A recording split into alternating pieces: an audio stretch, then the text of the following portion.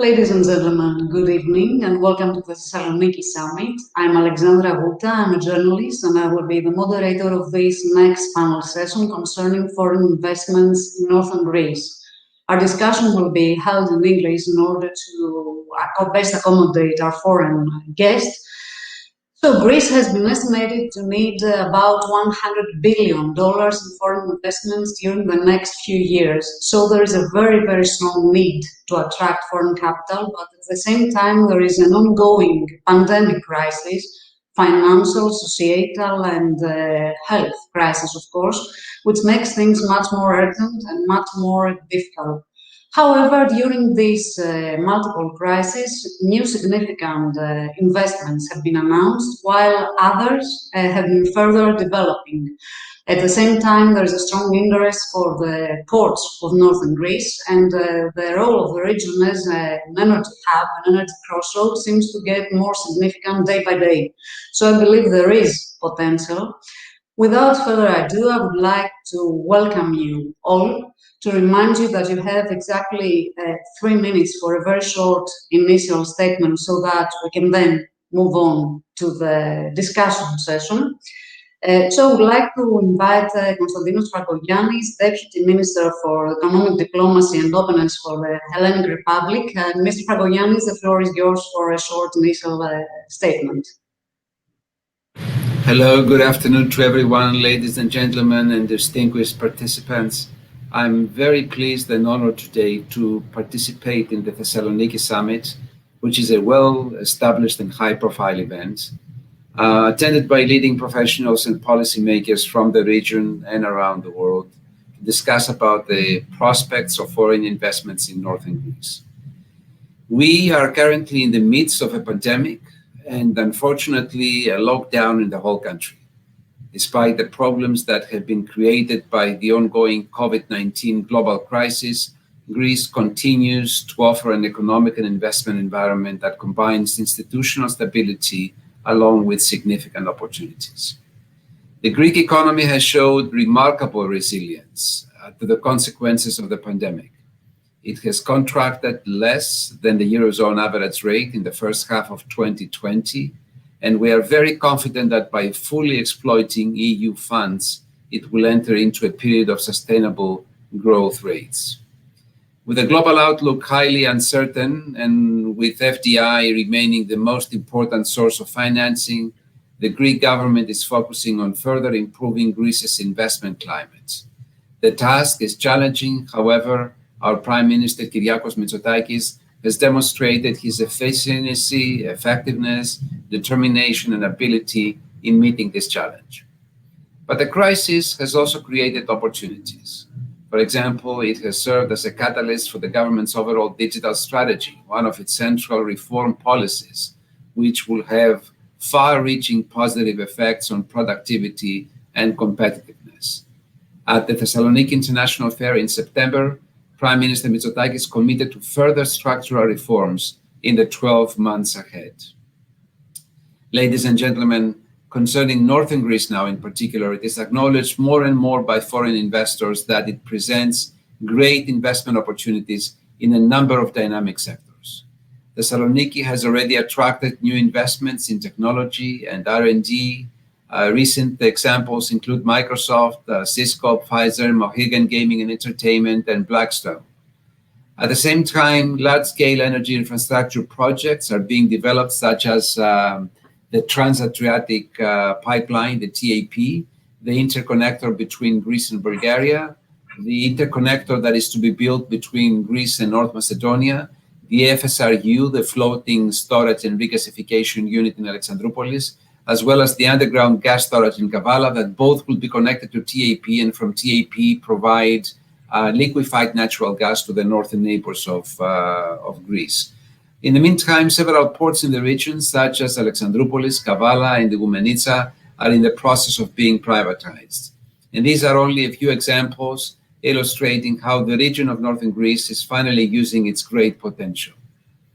Ladies and gentlemen, even amidst the current global uncertainty, Greece has shown that it can move forward and establish the country as a promising and secure investment destination in Southeast Europe and the Eastern Mediterranean.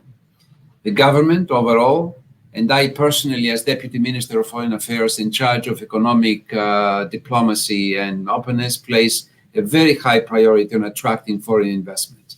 Yesterday's memorandum of understanding between Greece and Volkswagen has been another proof towards this direction. The network around the world of our embassies and offices for economic and commercial affairs, as well as Enterprise Greece, will actively continue to support investment initiatives and business efforts, and I'm confident that in the near future, we will hear about new investment projects. Thank you very much, and I'm very much looking forward to having a discussion in this subject matter with all of you. Mr. Fragogiannis, thank you very much for keeping the time limit. So I would like to pass the floor to Mr. Dieter Straub, Head of Corporate Finance Unit of the European Investment Bank. Mr. Straub, welcome. Thank you very much. Good afternoon to everyone. It is my pleasure and honor to represent the European Investment Bank in this forum. The European Investment Bank, I don't want to spend too much time introducing us. We are owned by the European member states, so Greece is one of the owners.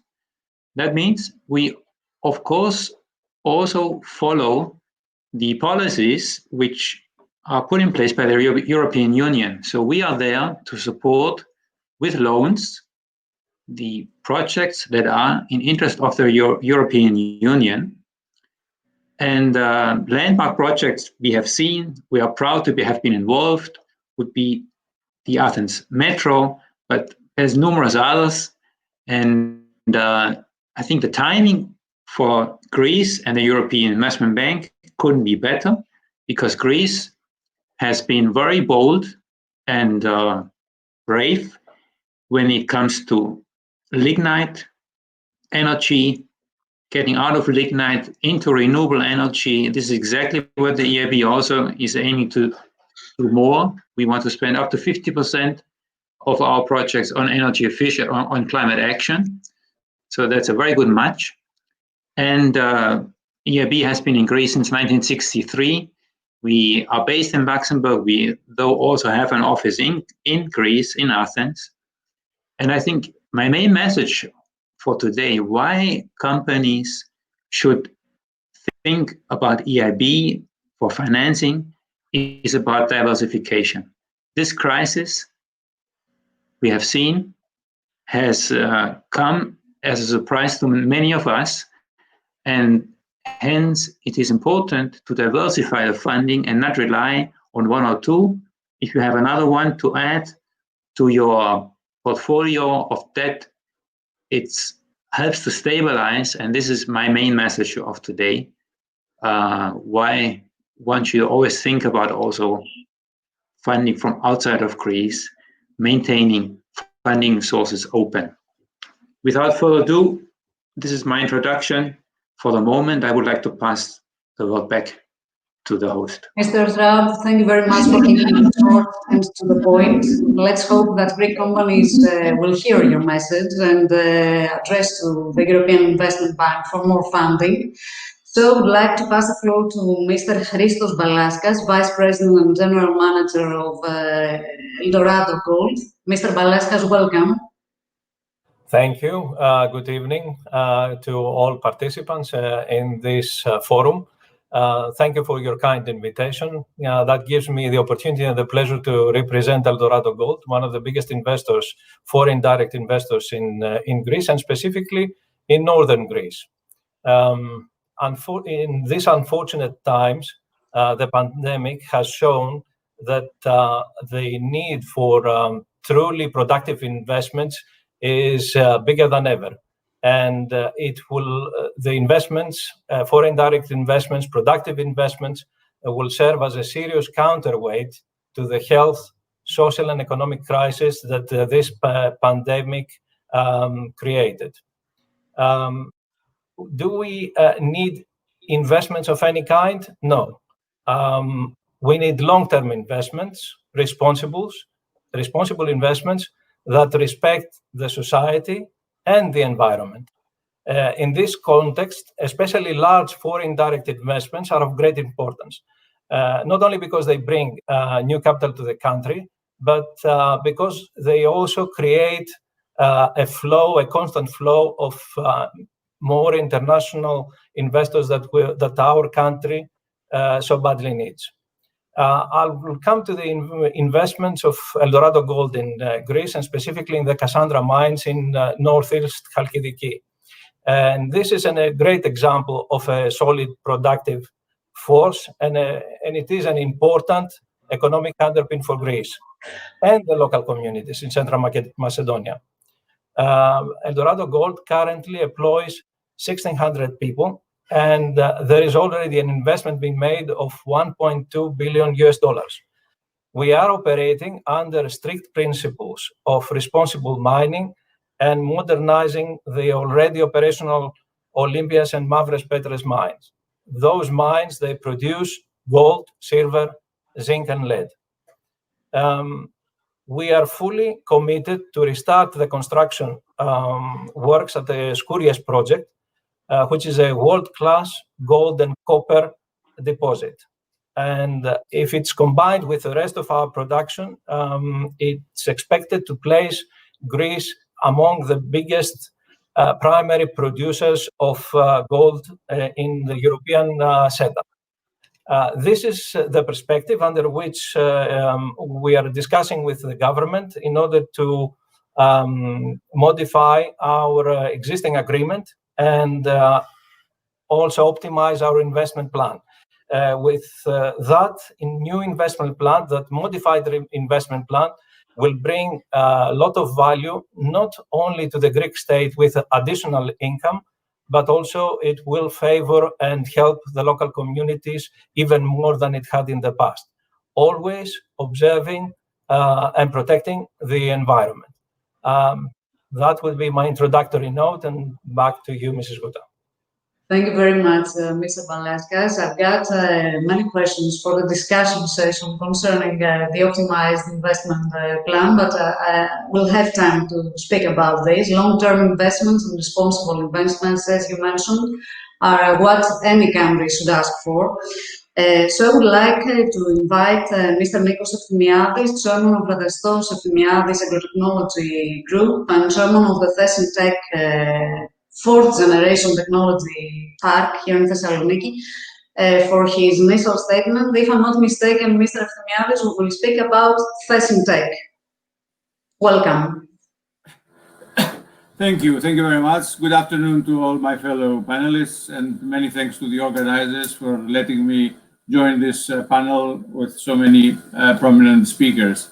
I come from as most of you know, I come from the business community, but for many years, I have been greatly interested and active in the cooperation, promoting the cooperation between the businesses and the academic R&D activities.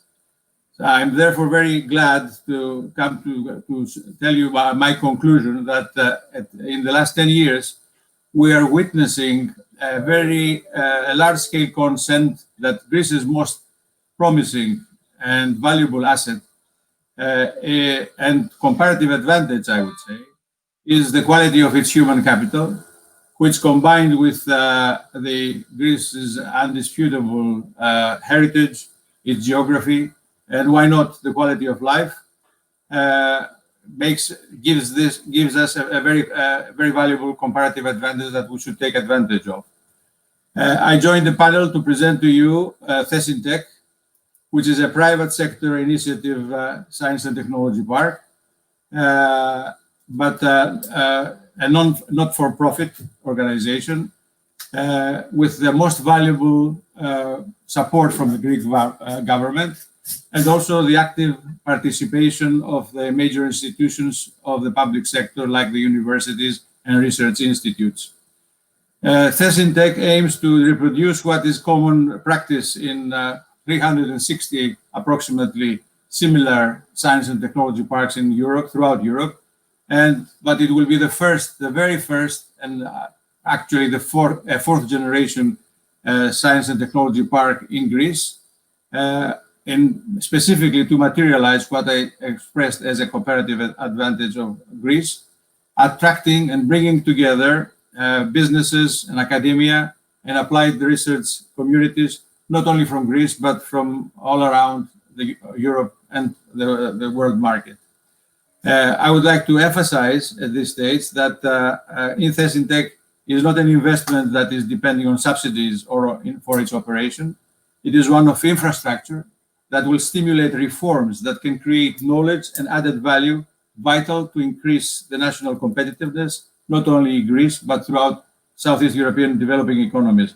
An initiative so important to support the small and medium-sized companies that is the backbone of our region. Now, with your patience, and since all of the other participants were so precise in their presentations, I would like to take 1 or 2 minutes to show you a very brief presentation of INTEC for you to understand a little bit more. So I'll quickly go on that.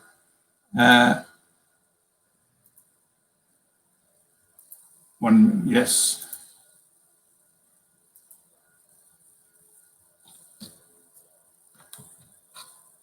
So very quickly, it's a 20 minutes presentation. I will do it in 2 minutes. So I just want to show you the architecture of we're proud of the architecture of our master plan. Well, this is the conference center. I will very quickly go to why Thessaloniki. Thessaloniki, with its airport, its port, its 120,000 students, its 4 universities, still a tourist area with an important exhibition hub. I will go straight to this slide, which shows you that we are basically a bottom-up approach investment. We did not wait until we finished the project to have the tenants and collaborators. There are about 70 companies that have already signed and agreed to be tenants in this project. They have already agreed between themselves, among the universities and technical and academia, to form 6 particular mega projects, starting from materials to nanotechnology, artificial intelligence, clean energy, logistics, and future mobility. And what is really important for you to notice is that it's basically a cooperation between an established cooperation between the companies at the right-hand side, specific companies at the right-hand side, and the academia at the left-hand side. This is just an example of one of the mega projects. Here is, I will not show you what we offer. There was a very deep feasibility study that has come up with specific figures about what is the total economic value of Greece's GDP and employment figures. This is what we expect to have as land uses, and we are developing what you see in blue, the very first stage, the phase 1, which is 10% of the project. The other 90% of the project will be developed completely by private funds and developers, which we expect to attract. And we say the track is night, and we are expecting foreigners to put their name on this Thessaloniki INTEC project. Thank you very much.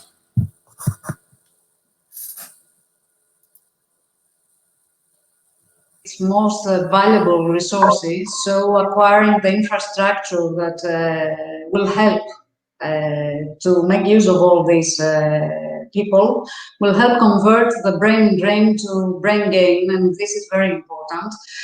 So I would like to ask Mr. Nikos Dimtsas, Chief Investment Officer of DIMAND SA Greece, for his initial statement.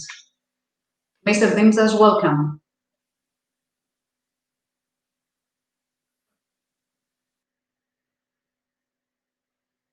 Sure. Is Mr. Dimtsas connected? Okay. Hello. I was just asking if you could hear me.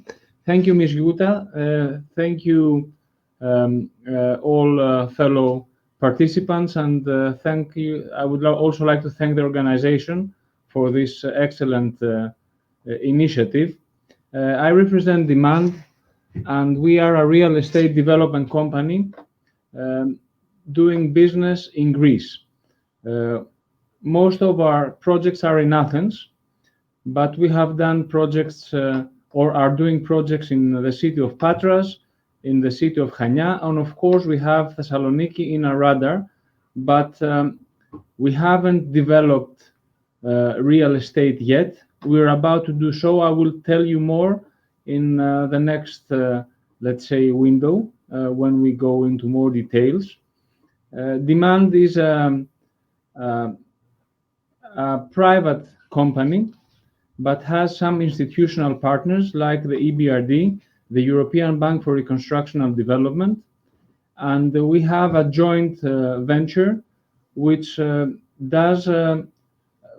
invests in greenfield and brownfield sustainable real estate development.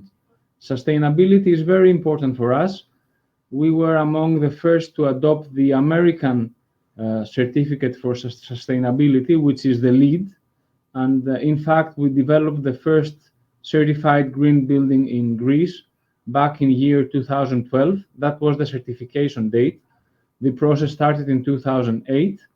And this is something we always have in mind and is in our investment guidelines. We look forward to invest in Thessaloniki, and I would like to pass the microphone to Ms. Gouta so that we can elaborate more in the next session, let's say, in the next slides. Thank you very much, Mr. Dimtsas, for observing the time limit. So we can now move on to the discussion session. I would like to start with Mr. Fragogiannis. If I'm not mistaken, Mr. Fragogiannis, we have an unavoidable work engagement at 10 minutes after 53, so you got to leave. Am I right? Well, I still have another 20 minutes, so I'll be happy to take part in the discussion. So you have recently announced that we'll see more emblematic investments in Greece. I would like to ask if any of these concern the Greek North, and in what sectors? Well, indeed, it is the case. There is a growing international investors' interest in the northern part of the country. Historically, to name a few, it's Pfizer's Global Artificial Intelligence Center that will employ more than 500 engineers, and Cisco's Innovation Center, which is near to Thessaloniki, that will employ about 200 people in the city of Ioannina. In addition to that, there are indicative international interest for new business development in several sectors, mainly energy and transport, as the northern part of Greece is becoming an energy hub for many ways that I will gladly explain in a minute. So the FSRU, the port, the IGP, the interconnector, the Kavala storage unit, the gas and the ground storage of Kavala, as well as food and beverage manufacturing, tourism, logistics, and environmental management are sectors that we think will be lucrative towards foreign direct investment in the country. All of the aforementioned sectors enjoy a number of strong competitive advantages associated with the geographic location of the northern part of the country and the natural gateway to the Balkans and the Near East. Now, in as far as the pandemic is concerned, Greece has been lauded for its handling of the COVID crisis that has reinforced the country's image as a safe place to invest. The crisis, as already said earlier, was a reason to digitize a number of services and sectors of the economy, which has been which has added to the reasons why and incentives that provide a promising and secure investment destination in the southern part of Europe. We have announced several packages and support measures for businesses and households. The first were announced in March with the onset of the pandemic and supplemented by a further 6.8 billion euro worth of new measures, which include tax relief, direct subsidies, financing for companies, and designed to safeguard jobs and boost short-term liquidity until the economy can recover. So in practical terms, we have the pandemic on one hand, which is creating a number of delays and consequences to the economic growth. And on the other hand, we have the government that has initiated a number of steps towards providing for the pandemic consequences. And finally, we have the sectors of the economy, such as tourism and logistics and infrastructure and energy, that are booming regardless.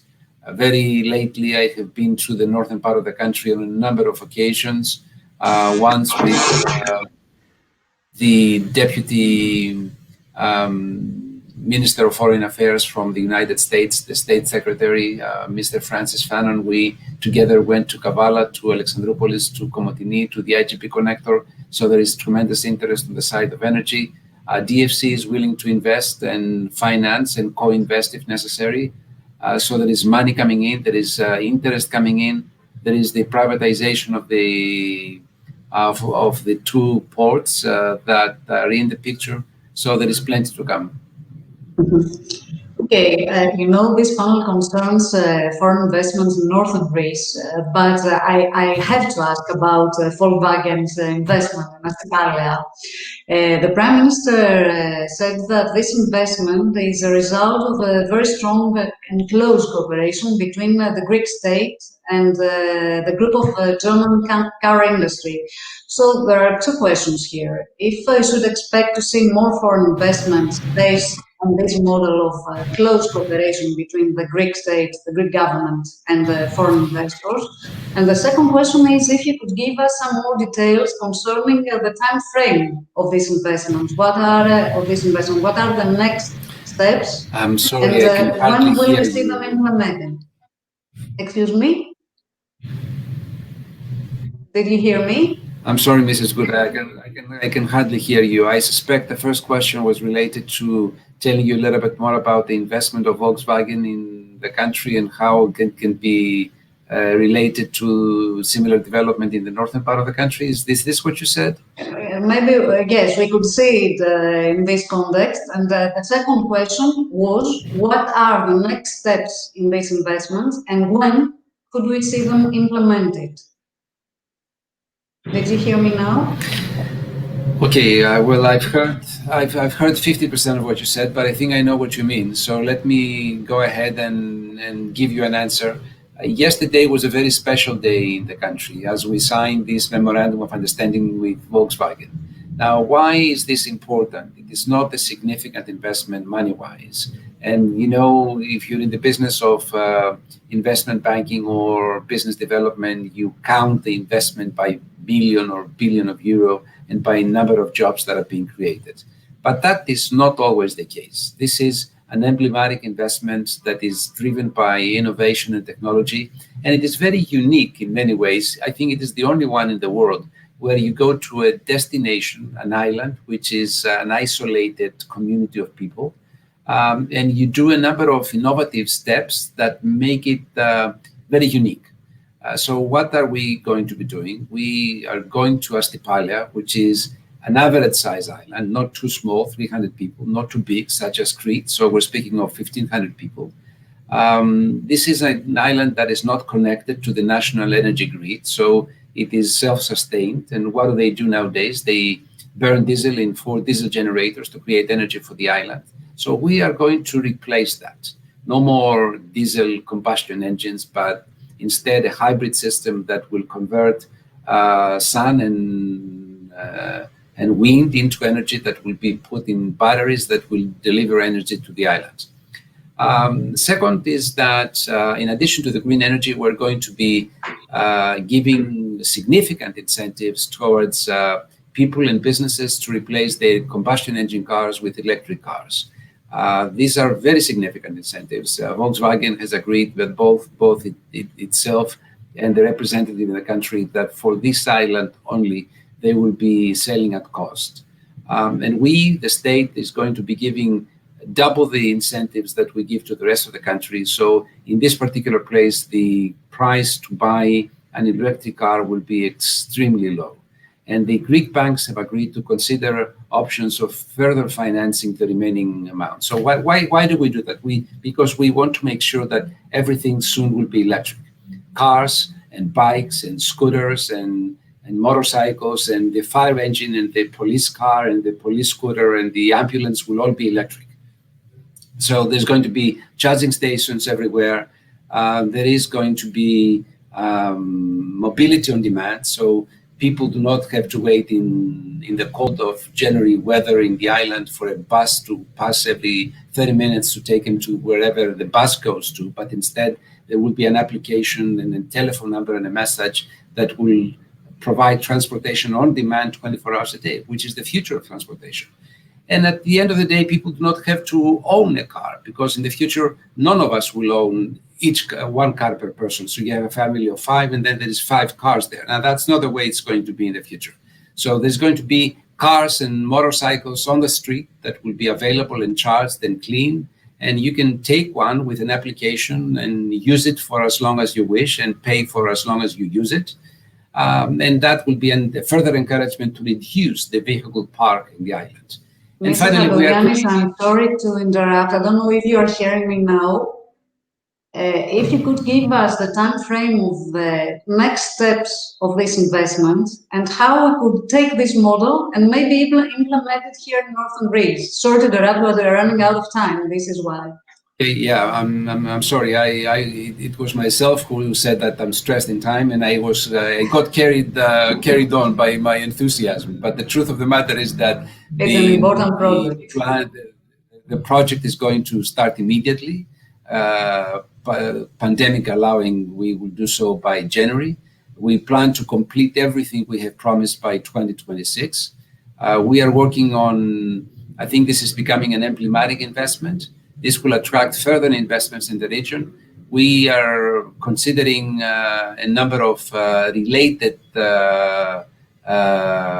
investment chases in the automotive industry. So we are looking towards attracting, and I'm not going to say anymore, another auto manufacturer that is interested towards assembling of automobiles of electric substance.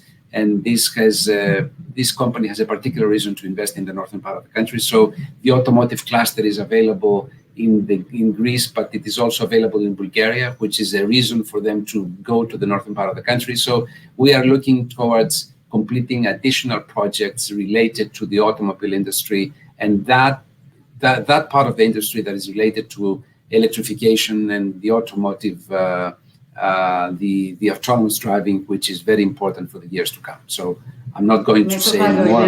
Thank you very much. So we are expecting a second car industry to mobilize in all this project, right?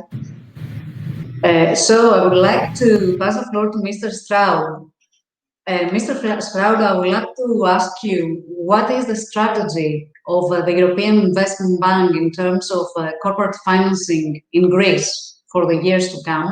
But I would also like to ask you, what is the total amount of corporate financing in Greece so far?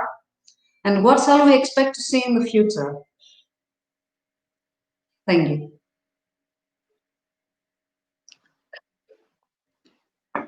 Thank you. I like to say, despite this pandemic, the future is bright. In particular, it is bright for Greece.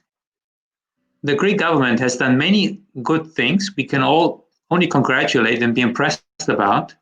We saw this recent investment announcement made by Microsoft. And as the minister said, we also see this is a bit of a flow. One comes, sees, it's a good environment, and the other follows. We have in the past already supported important foreign direct investment in Greece of large or small. OTE, a subsidiary of Deutsche Telekom, Redestos Matsoukis, a small company, though very important in the security industry. 11 million loan provided by the EIB to somebody who produces passports in Greece, a company not so much known. We have a lot of hidden champions in Greece. This is my experience. I'm German. I wouldn't want the entire German car industry moved to Greece, of course, but we will see there can be very good connections and synergies between large multinational companies reaching out and having a base investment, an important additional base in a country like Greece. And we would like to see and support more of those coming to Greece. EIB can play an important role as an anchor lender, a long-term financier. So you see, I think we would like to continue doing what we have been doing in the past in Greece, not to forget about, of course, the focus we all expect to see in Greece coming in the area of energy, renewable energy, storage of renewable energy. There will be more investments coming in that area because of the policy that is being put in place by the Greek government. And again, congratulations on that. And we are open to continue financing these. Now, with respect to exposure the EIB has to Greece, we have roughly 10% of the Greek domestic product annual. So more or less 19 billion, which when we compare this to other EU member states, it's about 3 times the EU average. So Greece has been doing well, making use of its ownership of the EIB, if you see what I mean, right? 3 times the EU average. Greece also has been doing very well when we think about the Juncker plan. I guess most people will have heard about this, a focus to put Europe back on the growth path. Here, Greece got about 2.7 billion of loans, more or less 10 billion of investments. And again, Greece was in the lead, was the country of the EU 27, which made most efficient use of the EIB and got the most out of the EIB. So we are open. We are, looking forward to more investments coming to Greece and look forward to support these investments. Having said that, though, it's important to always bear in mind the EIB is a lender. The EIB is bound to EU policy. We can only support those projects which are in line with EU policy, environment, innovation, cohesion, small and medium-sized enterprises. And if there's any questions, we are always there to hopefully engage and discuss and find solutions. And we look forward to do that also in the future. I hope I answered all the questions, and if not, please let me know. Thank you. Thank you very much. I would like to discuss about the lignification project in a while. I will come back to you in a while.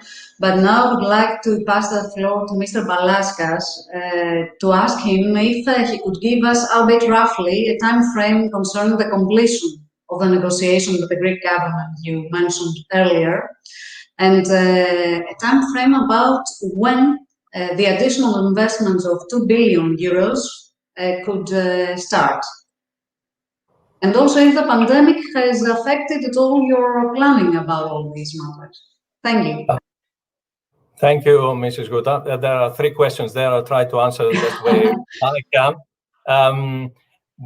Just to remind the ones that they're not closely following this case, we've started since September 2019 a constructive dialogue with the government for the implementation of a long-term investment of $2 billion in the Cassandra mines. And I stress the number because it's on top of $1.2 billion already invested in the Cassandra mines. And the prerequisite is that the first step is the ratification of the new agreement with the state, and because the old one, it was signed back in 2004, and modified and optimized investment plan that we have already submitted to the Greek government. And by the way, out of those $2 billion, the $1 billion will be invested in the next 4 years. So you can imagine that the numbers are significant.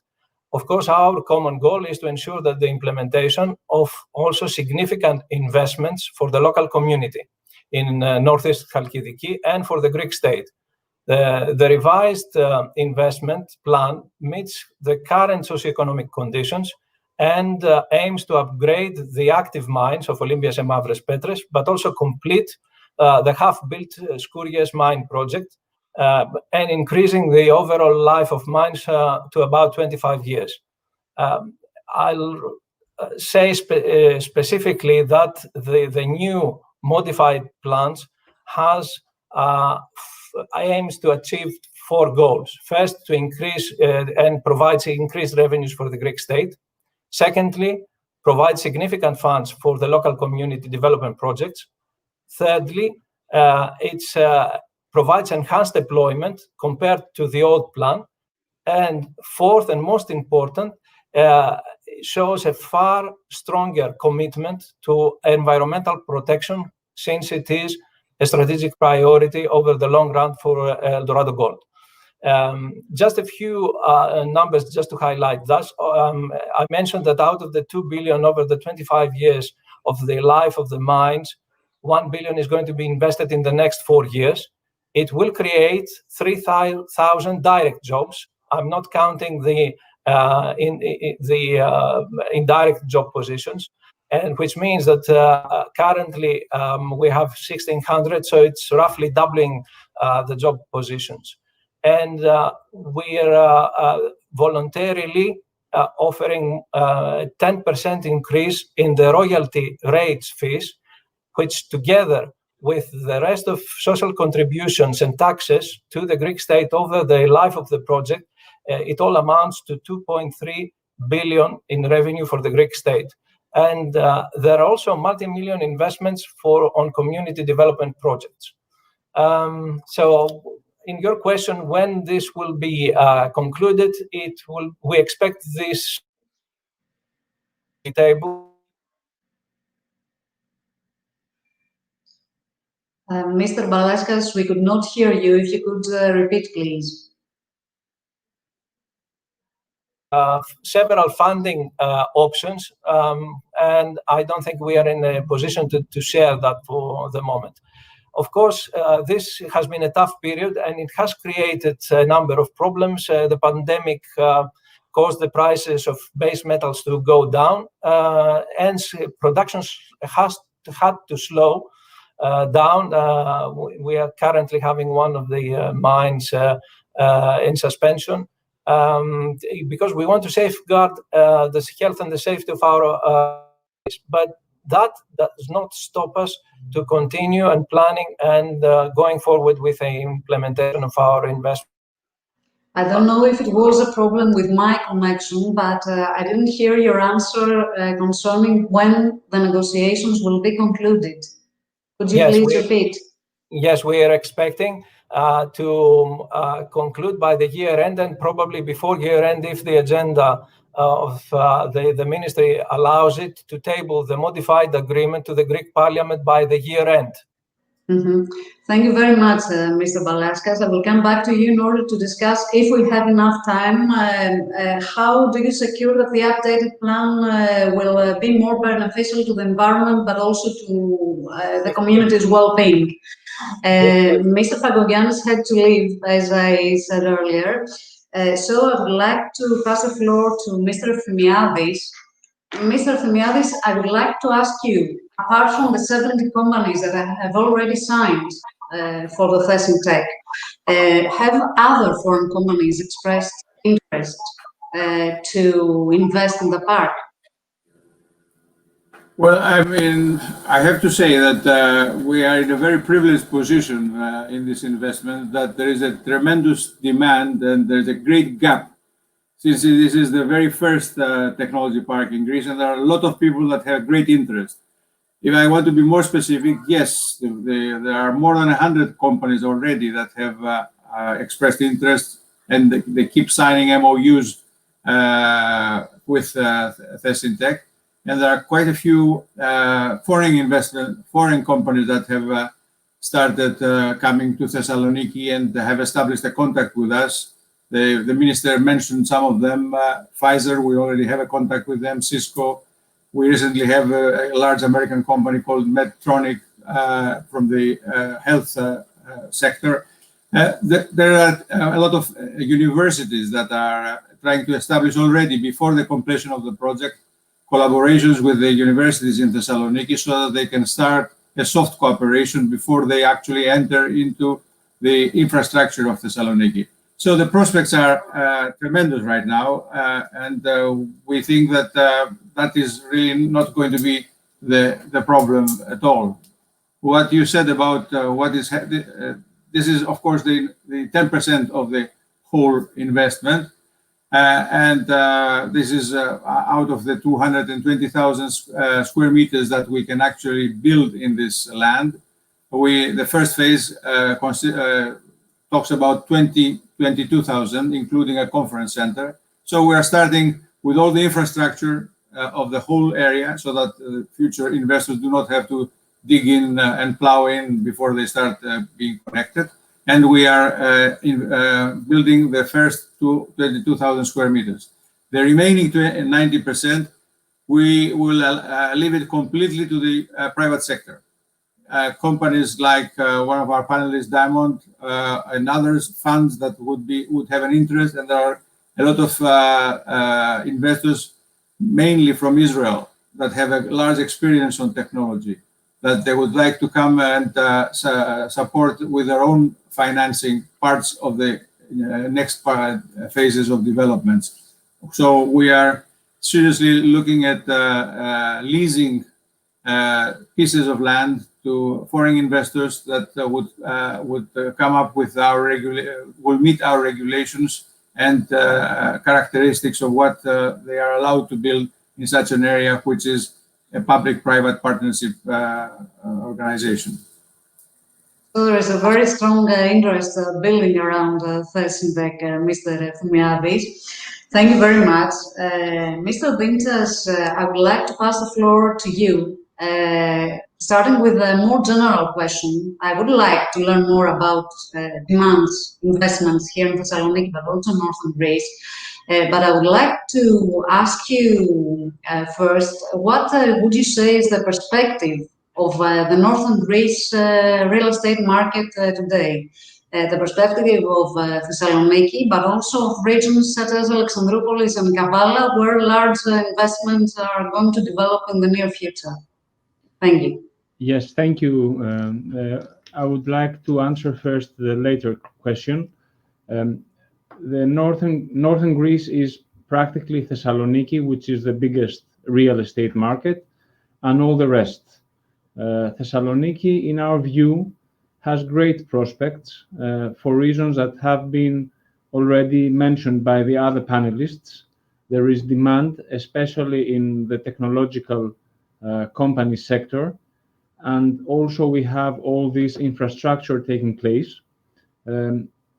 We are developers and we develop bricks and mortars for the users, the occupiers, the tenants. So we are the backbone for all those people that want to host their offices and their premises in a city.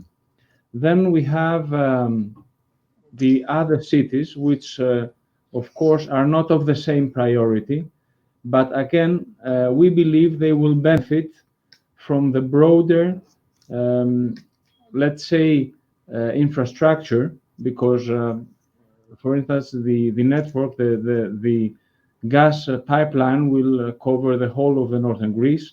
We heard that Cisco has already in Ioannina, which is in northern Greece, 200 engineers. So there will be a benefit too, but this will be at a later stage. So we are positive, but not as strongly as in Thessaloniki. Now, coming to our investments in Thessaloniki, the first thing to discuss is how we evaluate the market. Right now, we have the city center, which everybody knows, and there are not many plots for development. Supply in terms of buildings and plots is limited. We have the eastern part, which is the part between the city center and the airport. And of course, we have INTEC, as Mr. Efthymiadis mentioned, which is beyond the airport. And then we have the western part of the city, which is between the gateway to Athens and the industrial area and the city center.